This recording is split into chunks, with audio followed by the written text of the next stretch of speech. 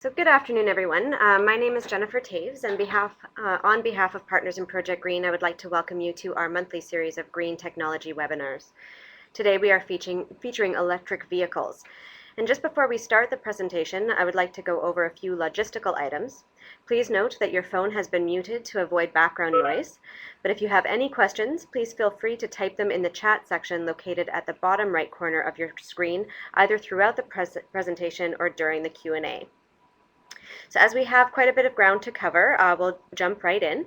First, allow me to introduce Mike Hewlett and Ben Marans to discuss the FleetWise EV300 initiative. Mike Hewlett is the Fleet Manager at the Greater Toronto Airports Authority. Mike is a certified automotive service technician and a truck and coach technician. Mike is responsible for managing all aspects of the GTAA's fleet requirements, which include passenger vehicles and heavy equipment associated with runway, airfield maintenance, and emergency response. Ben Marans is the Manager of Social Innovation and Transportation at the Toronto Atmospheric Fund. For the past 5 years, Ben has been managing TAF's transportation and electric vehicle program, including a 10-vehicle plug-in hybrid pilot, co-chairing the City of Toronto's EV Working Group, and directing the FleetWise EV300 initiative. Ben also manages TAF's grants program, working with both nonprofits and the city staff to cultivate, incubate, and fund innovative emission reduction projects in Toronto. So we'll start with Mike. Well, good afternoon, everyone, and thanks for joining us. Like you said, my name is Mike Hewlett. I am the Fleet Manager for the Greater Toronto Airports Authority. I'd just like to take a few minutes to speak about where we started with the EVs and charging infrastructure, go into a bit where we are now and where we'd like to be in the future. The GTA has been very supportive of EV technology and, of course, greenhouse gas reduction. That's been a big one for us. We started a project a few years ago with the opening of Terminal 1. With this building, we incorporated a large Level 3 fast charging infrastructure, basically to support the baggage handling operations, specifically electric vehicle tugs and tractors. This has been a substantial investment for the GTA, and the system is comprised of 160 fast charge ports, which is pretty large at any airport. And we have those located through various locations throughout the terminals. And the program has been very highly successful over the past few years. We have partnered with EV300, and they have been very instrumental in connecting us with various parties and providing us with an amazing tool for the assessment tool, which included data logging some of the use of our light vehicles, which helped us determine which ones were a good fit for EVs. The partnership also provided us with a good working relationship with the major EV manufacturers, which was a bonus for us. And we're looking forward to this partnership continuing as we build on the EV charging infrastructure in the future. Recently procured 4 Nissan Leafs and 2 Chevy Volts, which are part of a common use pool system that we use at the airport, and it manages 4 different locations on the airport campus through an online reservation system. The reservation system is available to all GTA employees to accommodate their daily business requirements. We selected each type of vehicle based on their differences and characteristics, and it was our desire to try both technologies in our daily operations to see what was the best fit. Feedback so far has been very positive. The user preference at this time seems to be the Leaf, as most of our trips, business requirements are short distance trips between various buildings and terminals at the airport, and it seems to be in the highest demand. I've had one negative comment, which is very minor as far as we're concerned. I've received just a concern on the rear visibility of the Volt not being as open as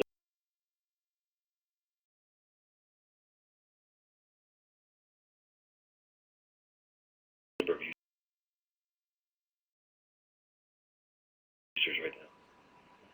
We're currently building on the EV infrastructure.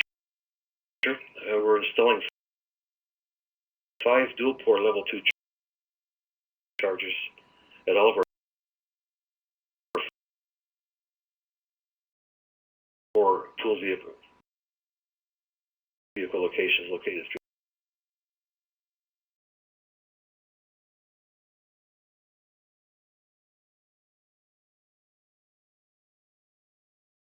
Recently, we have created an internal focus group to design and implement our level 2 charging infrastructure for the public access. These chargers are going to be located throughout the terminal public parking garages and in prime high visibility locations. The normal parking rates will apply, of course, but the use of the charger will be offered free of charge, at least in the foreseeable future. And this installation is planned to begin in January. Excuse me. The GTA is moving swiftly on public charging to give future owners of EVs confidence that their charging requirements will be supported at Toronto Pearson. Our plan is to keep enhancing the fleet with EVs to replace some of the gasoline fleet and help us to achieve our greenhouse gas reduction goals. We will continue to address all aspects of charging requirements as they develop to ensure future viability of this technology and ensure it receives the support it needs. We've already got requests from employees and other tenants asking if we're going to support their private vehicles as well, so that's going to be visited through this focus group. Essentially, that's about all I had to report this time, and I'd be happy to discuss anything in greater detail if anybody's interested. Please feel free to give me a call. And I'd like to thank you for the opportunity to provide this update on our endeavors. Thank you. Thank you, Mike. And we'll now switch over to Ben.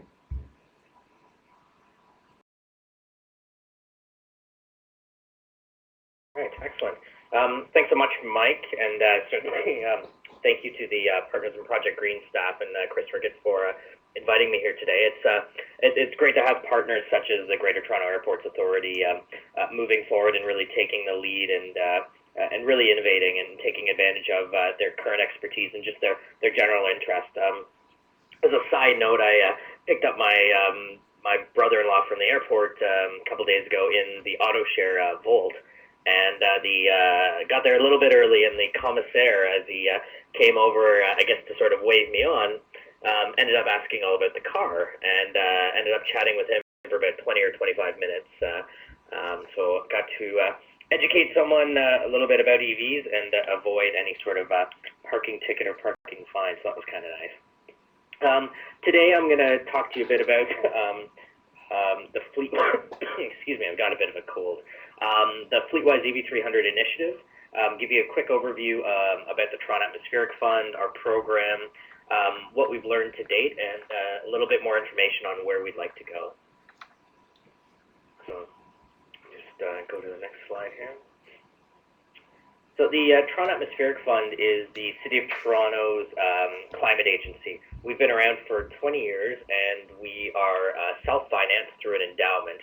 And we use those funds to incubate, test, and accelerate emission reduction solutions. So looking at fuel efficiency, energy efficient buildings, really looking at market transformation approaches for reducing greenhouse gas emissions in Toronto and helping the City of Toronto to meet its goals.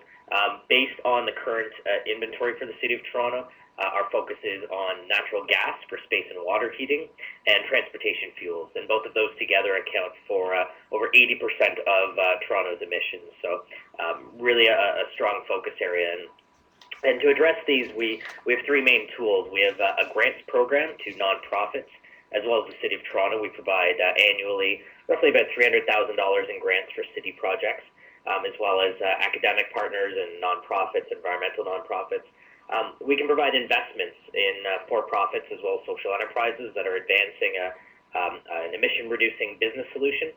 And then we can do direct program delivery, where we can actually leverage our own funds and raise money from others and do in-house programming. Very much TAF is we're kind of at the intersection of vision and practicality, that we very much focus on not just the environmental case, but the business and environmental case, and really often look for a market transformation approach.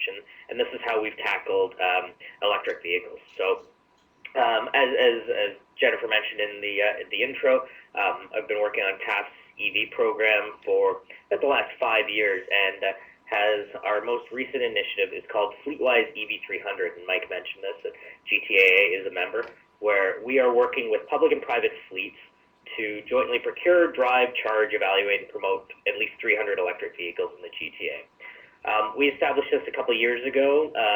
We've had some great success to date, and really, excuse me, it's about market transformation. It was about, pardon the pun, having rubber hit the road and really working with the public and private fleets across the GTA who are leaders, innovators, very smart about how how they choose their vehicles, how they use their vehicles, and working with them to connect with OEMs, with each other, with their utilities, with their municipalities to deploy EVs. So that, that's really the one main goal is public and private fleets are the early adopters for new technologies, so we wanted to work with them to get electric vehicles into the fleet. So there's the deployment. The second piece is that we've built a consortium of various stakeholders. We have, again, public and private fleets, utilities, municipalities, nonprofits, industry associations. We've got Electric Mobility Canada, Bullfrog Power, a lot of different partners that we're working together to advocate for EV-friendly policies and programs at the whether it's at the municipal, municipal, regional, provincial, if not even federal levels. And then the third component is the communications piece, education and outreach. TAF is a public agency. We're looking to advance knowledge in certain areas, and it's really important to us that the information that we gather and our experiences be made public. And we think early days, the experiences with electric vehicles really need to do a lot of this education and outreach on the both the business and environmental case for EVs. Excuse me. So who are we working with? We're working with lots of people. We have probably about 30 or so fleet partners, as well as what we call strategic partners. You'll see in the top right corner, we've got Bullfrog Power as a partner. You may have heard, EVs are only as green as the electrons going into them. So we're working with Bullfrog Power to see how we can engage with our fleet partners to get them to put green electrons into their vehicles. We're working with most of the municipalities across the GTA, Richmond Hill, Toronto, Mississauga, Markham. We've got some corporate partners such as the Greater Toronto Airports Authority,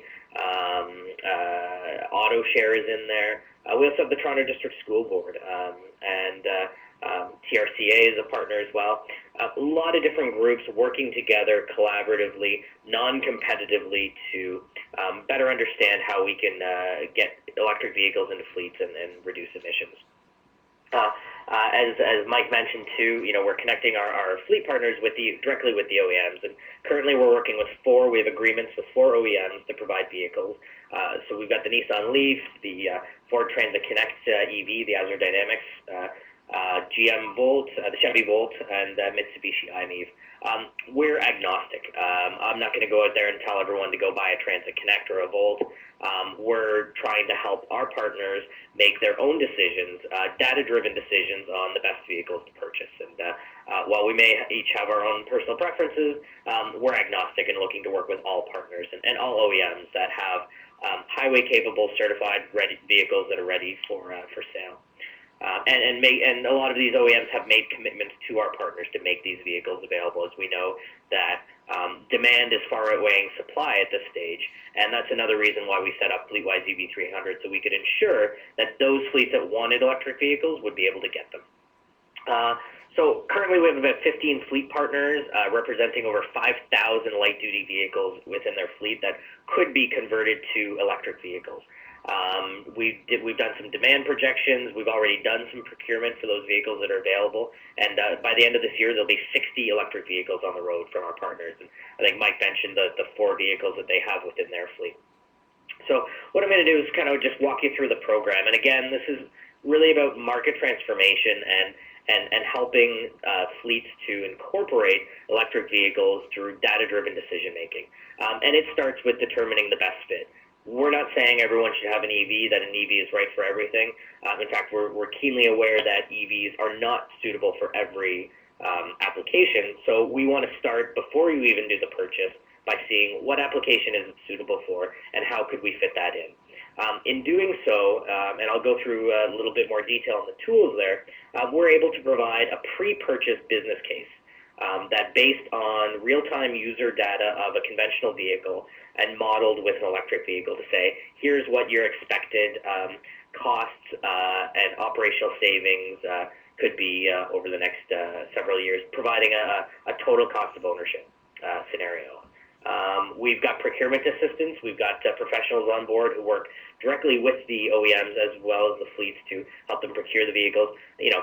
Nissan's never sold an electric vehicle before, and guys like Hewlett, most of them haven't bought one before either, so we're providing some assistance there. Post-purchase, we're working with Ron Groves, who helped develop this in partnership with some funding from Natural Resources Canada. We have an electric vehicle driver training course. It's a customized driver training course to help our fleet partners maximize the performance of their EVs. And then one of the really important pieces is, excuse me, in-service performance monitoring.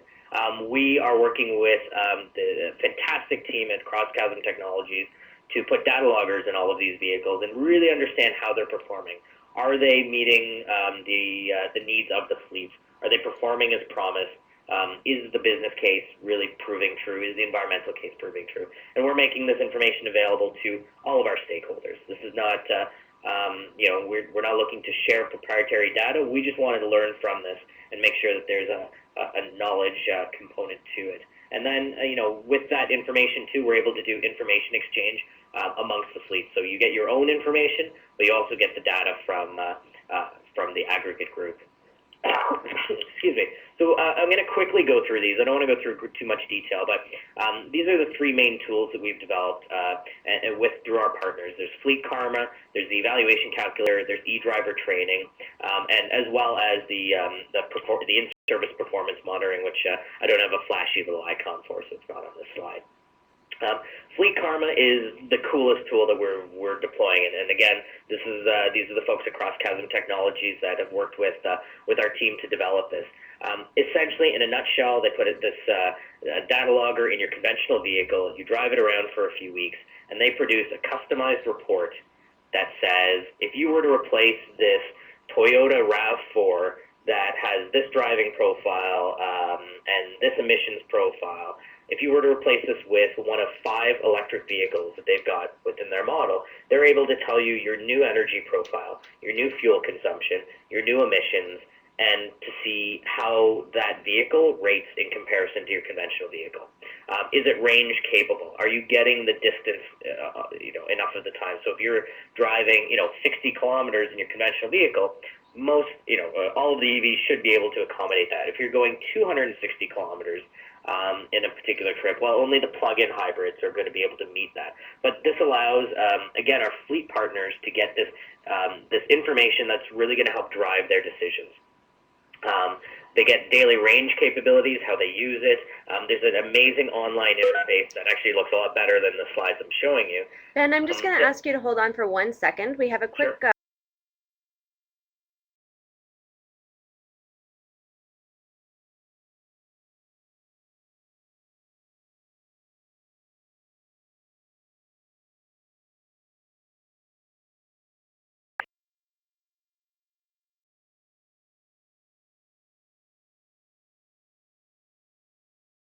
See the x-axis, but this actually provides your daytime usage or nighttime usage, depending on how you use it. So the green bars on this are telling you when your vehicle is active, and the gray bars are when it's down. And that downtime is when you can be charging the vehicle. And for example, the profile you have in front of you, the very left-hand side and the very right-hand side are the overnight, and you can see there's plenty of time at night to charge the vehicle. And we do provide that analysis.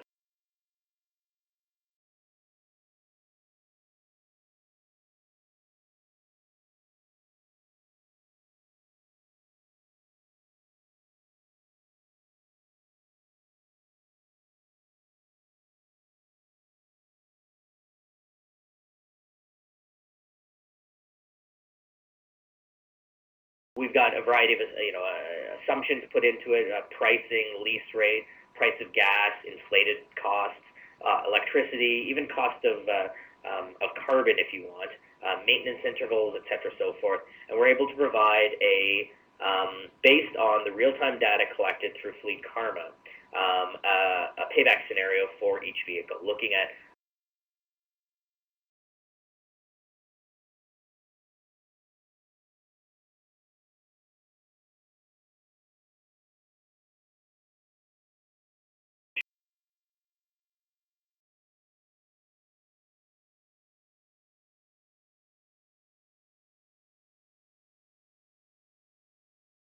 the vehicle, etc., so forth, all of those costs. And when we look at those numbers and we look at electric vehicles, While results do vary depending on the cost of the conventional vehicle and the distance traveled, we are seeing some really good, very promising payback periods.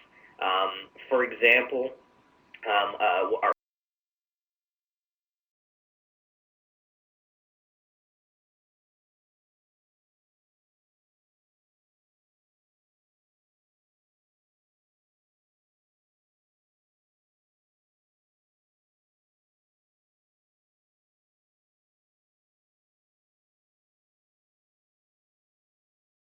an E250 van with a Transit Connect EV was about a 4-year payback with $6,300 per year in operational savings. So again, that's really critical information to put forward to the decision makers, that it's not just about the high capital cost, it's the savings over time, and we are seeing some great numbers. Even GTAA, we saw paybacks of 1.5 to 6 years for different cars depending on their cost. What we've got in front of you is a bit of a sensitivity analysis we've done, looking at the purchase price of your conventional vehicle and how far you drive it. With electric vehicles, the farther you drive, the more savings you get, because you're not putting expensive gasoline into it, you're doing electricity. And what we found is that, again, while the data varies from each of our fleet partners based on their inputs, basically the trend is if you double the distance traveled per year, you have the number of years to pay back your incremental costs. And for those vehicles that actually travel 30,000 kilometers per year or more, payback is sometimes realized immediately. Now you may say, well, we're only doing 10,000 kilometers, but again, with the data profile that we're finding with Fleet Karma is that we're actually demonstrating to fleets when they're using a vehicle and when they're not. Some fleets are saying, oh, well, we use our vehicle 24 hours a day, and the data we're pulling actually shows that that they don't use it all day, and maybe you can take 2 vehicles and replace it with 1, or if Monday to Thursday you're driving a 40-kilometer duty cycle, but on the Friday you're going 140 kilometers, well, maybe on the Friday you just choose a different vehicle. So again, data-driven decision making. Again, as I mentioned, we've also post-purchase developed a customized 2-hour training course that can be delivered to again help our fleets maximize the performance of their EVs, help engage their drivers, educate them about the environmental benefits and impacts on transportation, a bit of a primer, real-world scenarios, and then information such as this that just says, here's some tips on maximizing the performance of your EV. Again, getting the most out of your investment.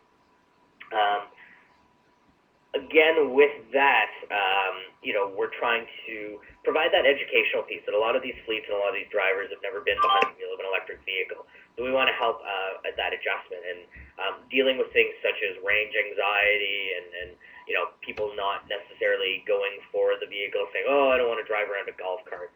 Well, our real-world experience, and we're finding this with other pilots around, is that experiences to date with electric vehicles have been overwhelmingly positive. While there have been some challenges with EV supply equipment, so the charge station installation, again, just in terms of logistics, experiences have been very, very positive. Our fleets are asking for education around, for the mechanics, for the drivers. Range anxiety is something that typically pops up as an issue of, oh, am I going to get home at the end of the day? And what we're finding with our experience with our fleets is that they're aware of it, but they're not impeded by it. So I think with proper education and management and understanding of the capabilities of the vehicle and doing some additional trip planning and that type of education, we're really able to mitigate this. I do see a question that just came up about how has the range been affected with the cold weather with the different vehicles. We haven't been monitoring that specifically yet. We will be. That's starting in January. We'll be data logging most, if not all, of the vehicles, and that's the type of information that we'll be pulling out. And again, making that information available to those who want to learn about, again, the real-world performance of these vehicles. So in terms of, moving forward, we're always looking for new partners. This is a great opportunity. We're really pleased to be able to present to partners in Project Green because we know there's a lot of great, innovative, leading companies that are, in and around the Pearson Eco Business Zone. We'd like to work with any company, big or small, to help you get electric vehicles into your fleet and provide these services. We have an MOU established with our partners. We ask for some demand projections. We get the Fleet Karma tool deployed. And again, we provide assistance with the procurement. Some of our fleets aren't getting that assistance. They don't need it. Others are. It's available. We have a senior staff from Fleet Challenge Ontario providing support. And we've been getting some just great feedback there. Again, in-service performance monitoring, getting the data loggers in, collecting individual as well as aggregated information, and sharing that information. And that's a key thing that we're doing too. It's about telling the story, and I think Cara is probably going to talk about this with Plug and Drive Ontario. But we got to get these stories out there, and we have to get the positive stories out there. That many of the media stories that you've written said, EVs aren't ready for prime time, the batteries, or they're too expensive, or they're not making the distance. Well, we want to get these positive stories out there and show that these are real fleets running a business and making data-driven decisions and really understanding how they fit in, and then being able to really empower our fleets to tell that story. And we've got a program we're developing called Green Ambassadors, where we're providing the media outreach, the opportunities to get our fleets on the podium, so to speak, helping them with some of the speaking notes, with some of the materials and templates to really allow them to get out and tell that story, because that's really important. If we want to see a shift, if we want to see electric vehicles be successful, we need to have these positive stories, and fleets are really fantastic ambassadors for this, because your vehicles are out there on the road, they're often branded, and you're there and you're visible. And if an electric vehicle is good enough for the Greater Toronto Airports Authority and the City of Toronto and AutoShare, well then it should be good enough for an individual.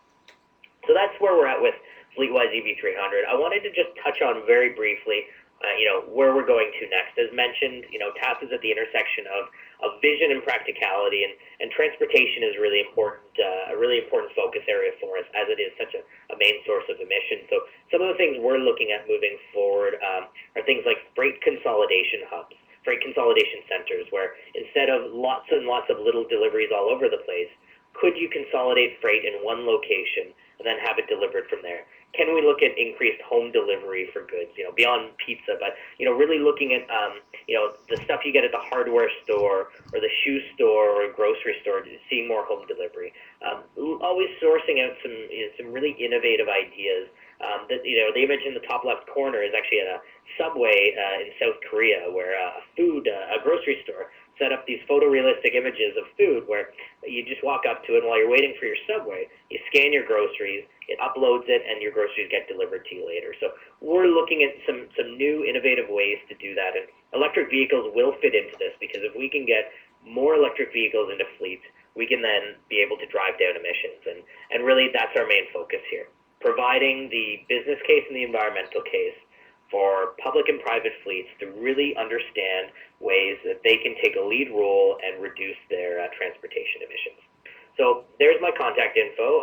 You can go to fleetwise.ca, which is our website, which has additional information, and my team would certainly be happy to come and present to you and your company, speak to you more about what it is that we do. And at this point, I guess I'll just open the floor if there are any questions. So please feel free to type in any questions you may have into the bottom right corner of your screen. If you have anything there, I see that somebody is coming up now. So I just want to say thank you very much, Ben. That was a really good overview of the FleetWise program, and I hope that I trust that our participants got a lot out of it. Okay, so our first question is from Jim Armstrong. He's wondering about retrofits of existing Prius G2s. Can you speak to that? Yeah, a little bit. Excuse me. We've actually, the first EV pilot we did was a plug-in hybrid electric vehicle pilot with the High Motion A123 Systems battery pack going into the Toyota Prius. It's a 5 kilowatt battery pack that fits into the spare tire wheel well in the back, and provides up to, I can't recall if there's 10 or 20 kilometers of all electric range or electric supported range. I think conversions are interesting. what we showed is that the performance, at least in our experience, the performance wasn't great. Highly contingent upon driver behavior. That we saw the difference between the least aggressive driver and the most aggressive driver was an 80% difference in their performance. The challenge with conversions is it's a third-party add-on. And so you've got different systems talking to one another. And one of the really nice things about the OEM vehicles is they're stock vehicles. You know, GM built the Volt, Nissan built the Leaf. It's all their parts. It's highly engineered, and is a far more sort of preferred way to go from my mind.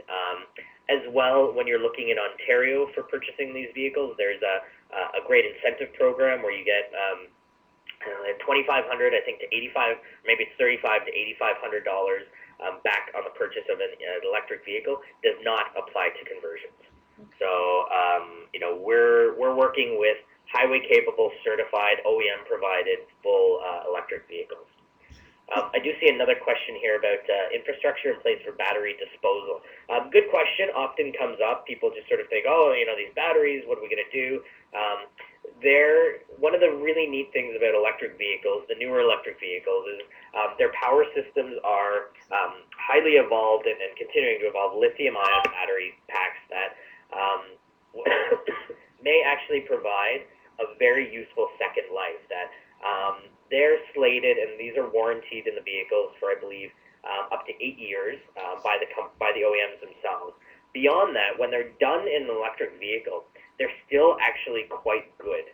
And I've heard, they may just be at about 80% charge capability, which for an electric vehicle may not cut it, but for other secondary sources would. So you could, I think we're going to see a large secondary market for these vehicles, for these batteries, for these used batteries to be stacked together maybe, and looking at energy storage for homes, for offices, for institutions.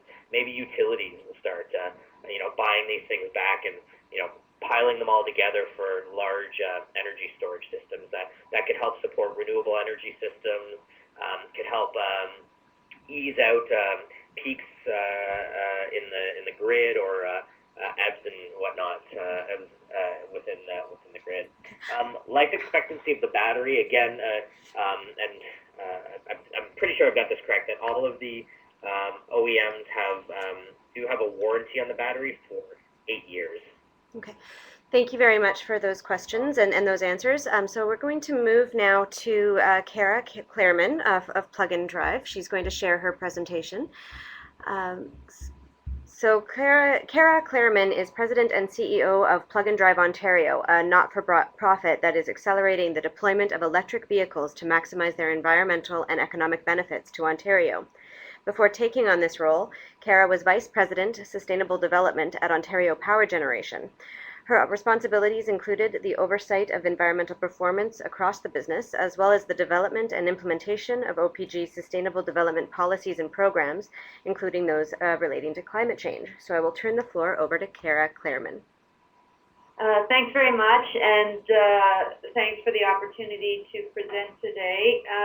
I'm going to talk about Plug and Drive and what we're doing, and how it fits in with some of the activities that Ben and the airport and others are involved in.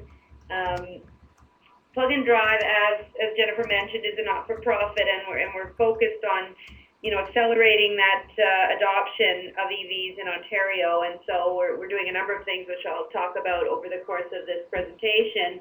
But perhaps here we're speaking to the converted, so just quickly to talk about the key reasons why we're doing this. What is the real benefit of these vehicles? And I have found that a lot of people really don't know why they should adopt an electric vehicle. Fleets tend to be more sophisticated, but when you get out into the general public, people really are not aware of the sort of fundamental facts around transportation and carbon emissions. So, this slide just gives you an idea of the number of vehicles on the road and the amount of CO2 coming out of them, which is very significant. And on average, a vehicle uses about 16 barrels of oil a year, and of course, Ontario imports all that oil, and we happen to make electricity right here, so even the environmental impact aside, there's a sort of a business economic reason to look to electricity instead of imported oil. Further, you find transportation is really the elephant in the room when we talk about emissions in the province. It is the biggest contributor to greenhouse gas emissions, and that percentage, 18% for electricity, is getting smaller as Ontario goes off coal. So, that'll get down probably to closer to 15%, and it'll be mainly natural gas. So the other interesting thing about Ontario's electricity system that's different from a lot of other provinces or even, American jurisdictions or other parts of the world is that our electricity system is really quite clean as it is. We're nuclear-based, which, people have their different views on, but when it comes to greenhouse gas emissions, they're very low. So at nighttime in particular, if you plug in at night, you're basically plugging into nuclear, hydro, and wind. Thermal or fossil fuel power plants don't run at night. They're run at the peak. And that's why you hear so much effort around shaving the peak. Of course, we don't want to increase peak demand, and at nighttime we happen to have a real surplus of electricity in Ontario, which makes it an added plus to plug in at night. So at night you're going to plug into the lowest emitting, but also the cheapest. So it's a real sweet spot from a sustainability point of view. At night, you have the lowest price electricity with the lowest GHG emissions, and it's kind of a win-win situation, which is nice. So Ontario has every reason in the world to encourage people to plug in at night. Of course, Ben talked a little bit about the cost, and we've done some math as well, finding that, for about 100 kilometers of travel, if you plug in your car overnight, it costs you just over $1.50, just a little bit more than cost of 1 liter of gas. If you charge at the mid-peak of the average price, you're going to be at about the cost of 2 liters of gas, and a little bit above if you charge on peak. Of course, the environmental story is not as good on peak, but when it comes to cost, actually, I have to say another I think big plus of EVs is it would remind people how cheap their electricity really is when it lines up against gas. It's very, very affordable. So those are sort of some of the key reasons why we really believe EVs are a great game changer, great opportunity.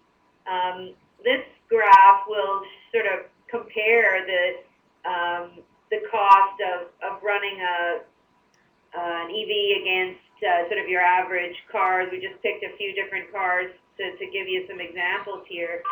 See that again, off peak, you're going 100 kilometers for under $2, and then if you as you move from left to right, you see you're going to more and more costly, and of course more and more emissions, and we're not even counting the sort of externalized cost of the emissions. We're just talking about money out of pocket. So EVs, as Ben spoke about, present a really great economic opportunity, and we need to talk about the economics as much as we need to talk about the environment in order to get more people on board.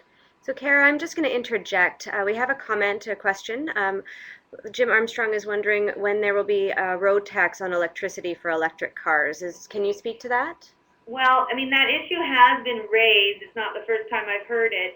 As I guess probably what that question comes from is when you think of, right now on a gas tax, the gas tax pays for roads, and at some point there may be a move to somehow replace that gas tax for electric cars. In the early days, I think it's highly unlikely that there will be some kind of tax on electricity for cars. There may be another way of raising the money, for example, through license plates or other things, tire costs, or different ways of collecting the money. I don't see in the foreseeable future an extra tax on electricity, given the scrutiny electricity is under these days. But of course, at this point, we don't really know. Thank you. So the next slide is just to give you some understanding of the basic sort of designs of the cars that are out there. Again, this audience is probably a lot of knowledgeable folks, and so I won't spend too much time on this, but you know that the Leaf is a full battery electric, and the Volt is sort of a side-by-side, you know, gas engine and electric.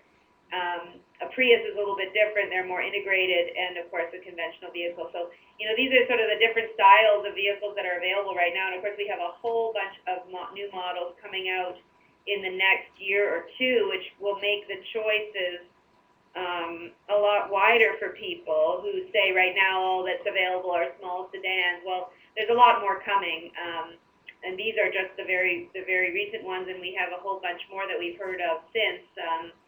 For example, Ford is going to put out the C-Max, and we hear rumblings that GM is going to put out a minivan, and others. We know the RAV4 is coming to Ontario, so there's a whole bunch more, and I think that will expand opportunities for people.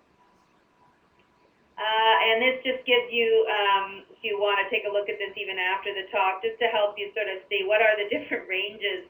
And Ben mentioned this issue of range anxiety. You know, my colleague Josh and I have been driving an EV as part of the AutoShare pilot, and you know, I think you all have that initial reaction like, oh, you have to watch, you know, your electricity and make sure you have enough, and most of it is just a psychological issue to get used to it. But I do think that the range issue will go away as people become more accustomed to driving electric, and in fact we'll find, hey, it's more convenient to charge at home than it is to have to go to a gas station. So in fact it will be the opposite of range anxiety. They'll say, well, this is like the move from Blockbuster to Netflix. It's like we used to go to a video store, and now we can do it at home, and I hope that the same sort of thinking will prevail when it comes to EVs. Okay, we have another question, Cara. Sorry to interrupt. Sure. What are the ranges based on? Okay, so the question is, what are the ranges based upon? Are the ranges discounted due to temperature?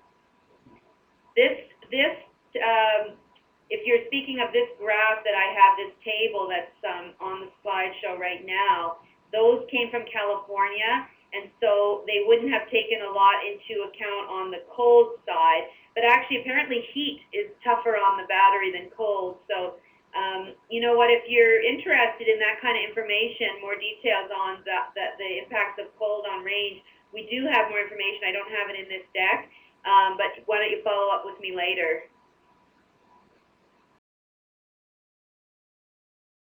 I'm going to carry on. Okay, and most of you know there are sort of 3 levels of charging out there now.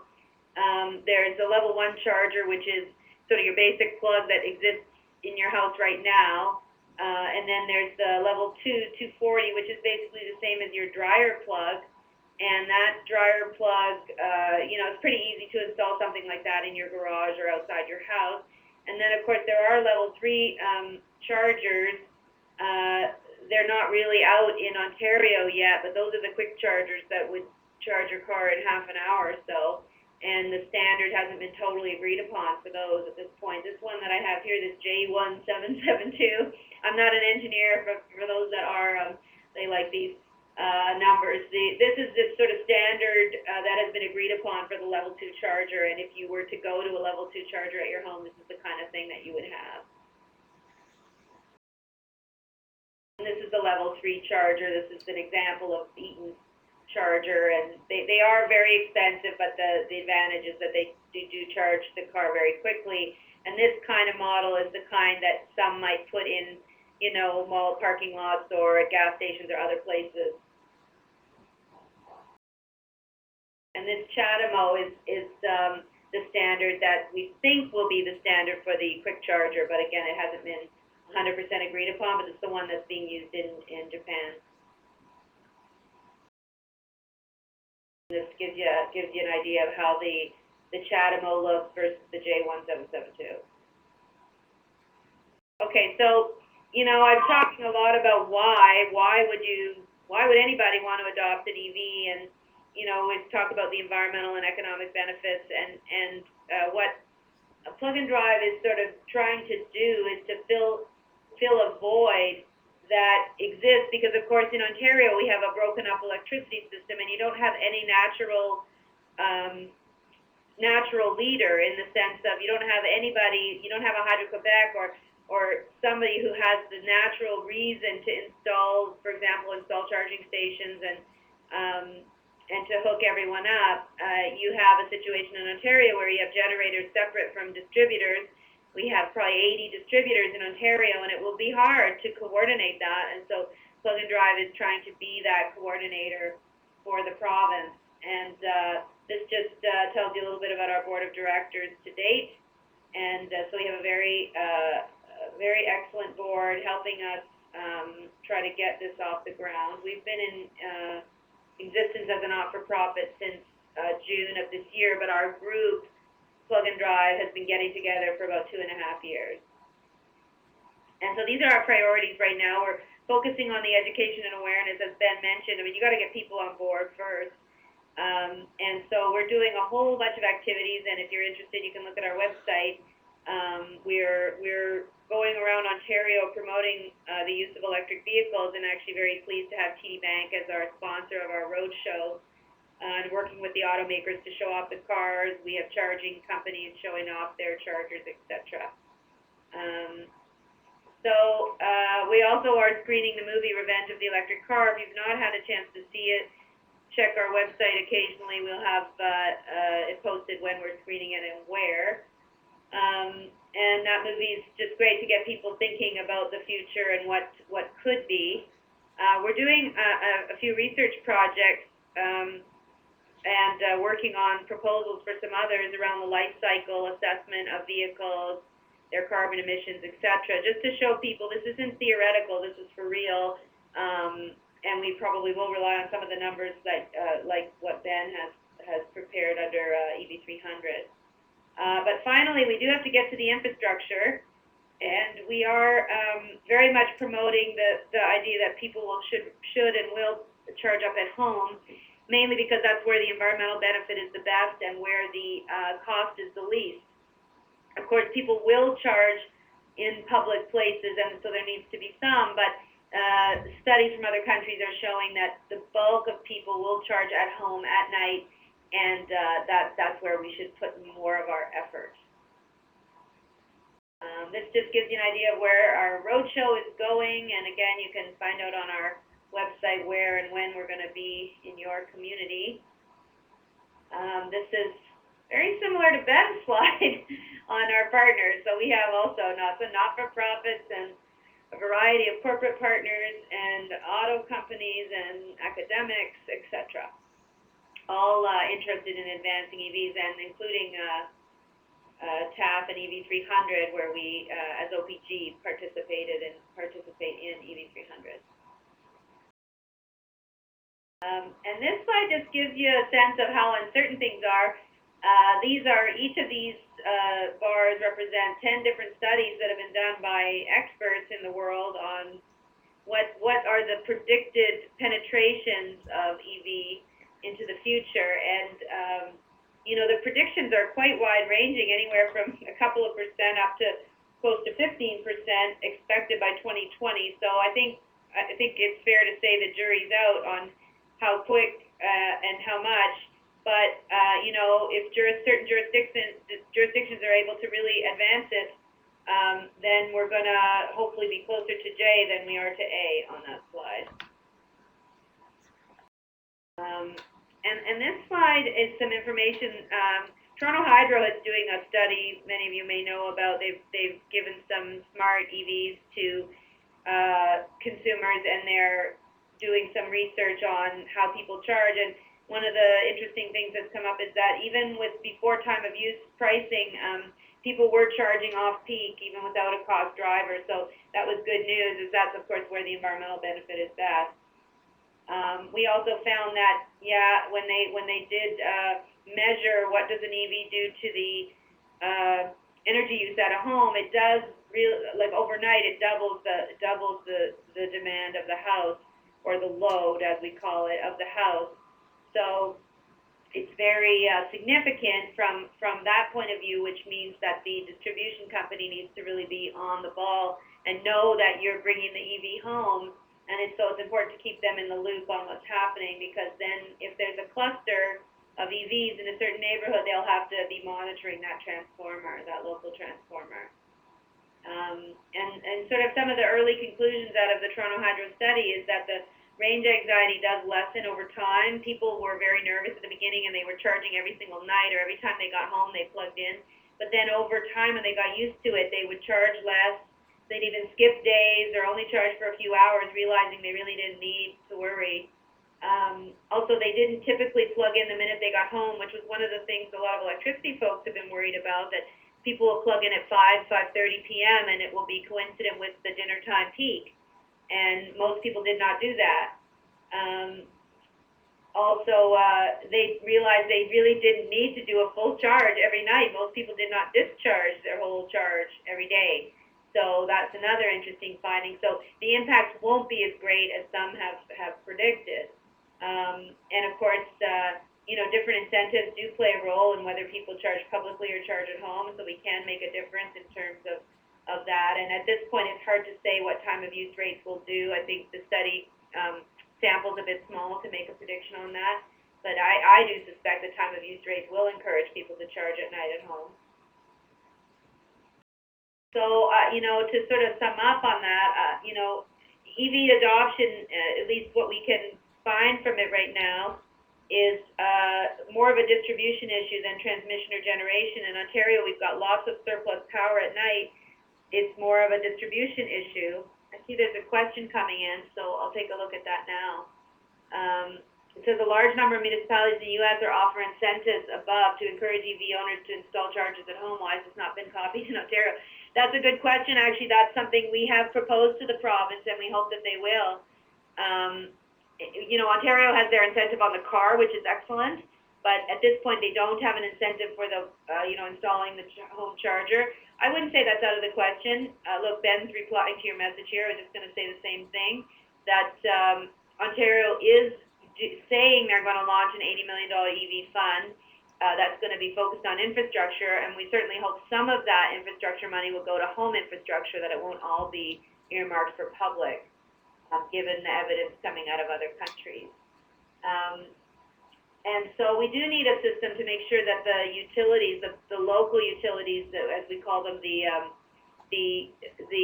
Toronto Hydros, your Markham Hydro, whatever is your local distribution company, or LDC, they need to know, because this clustering issue is an issue for local transformers that are, in particular, it's an issue in Toronto where transformers can be aging. And so they need to be monitored.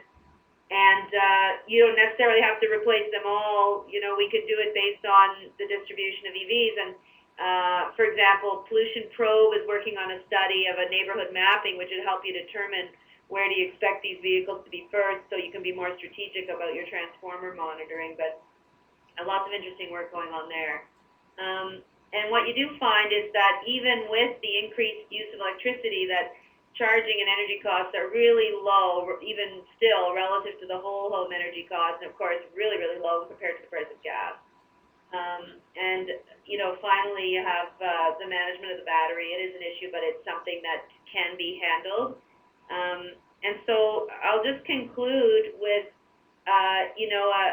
plug-in vehicles are not for everyone, as Ben mentioned, but they are suitable to many, many applications and can provide a really important solution on the greenhouse gas emissions in this province and actually across the country. And if we charge at night when emissions and prices are lowest, we're going to really maximize those benefits. And just to remind you as well that not only do you maximize your own personal economic benefit, but you maximize benefit to the province. You're plugging into Ontario-made electricity rather than foreign oil. So I think there's a lot of reasons to do it. And it makes sense that the province should support it, because it actually is a job and provincial benefit. Ultimately, I do think there'll be some distribution challenges, but I don't believe these will be insurmountable and no more difficult to manage than the move from very few people having air conditioning 20 years ago to now everybody having air conditioning. And electricity was able to manage that, and that's a daytime peak issue. This can be focused at night where we already have the surplus. So I'll stop at that, and happy to answer any questions people have. Okay. We did just get one question in. Are there any options for small commercial vehicles? Small commercial vehicles, well, Ben spoke about the Ford Transit Connect. It's a small sort of delivery van type vehicle. That's the only one that I know of. Perhaps Ben might be a better place to answer that. Yeah, right now, I mean, in terms of what's available in Ontario, the Ford Transit Connect EV is the only electric that you can quote unquote throw a shovel in the back of. I know there are some other manufacturers working on vehicles, larger delivery trucks. Navistar has the E-Star, which is from excuse me, from what I understand, a great vehicle, just a little bit expensive right now. But I know Bright Automotive and some of the other manufacturers are looking at it. I think the OEMs have pretty much put most, if not all, of their eggs in the individual sort of retail passenger vehicle, light duty vehicle. But certainly there is demand for heavier vehicles, and it's something that we're keeping an eye on for all of our fleet partners. Thank you. Right, well, I do want to be cognizant of time. It looks like there is one more question coming in, so I will, of course, ask that when it comes up. Just want to remind everyone that we will be sending out a link to the webinar within the next few days, so you'll be able to review it at your convenience. And I just want to thank you all for taking the time out of your busy schedules to join us this afternoon. As always, if you have any questions about this webinar or any other Partners in Project Green programming, please feel free to contact me or any of my colleagues at partnersinprojectgreen.com. And I think the last question, the person decided not to. If you do have further questions that were not addressed today, please feel free to get in touch with me and I will put you in touch with the right presenter. Otherwise, I just want to make sure everyone is aware of the next Green Technology webinar, which is scheduled for Thursday, December 15th at 1 p.m. And on this webinar, we'll be featuring PowerSmith's WOW Sustainability Management Platform. You can register for that webinar at partnersinprojectgreen.com. Right, thank you again very much.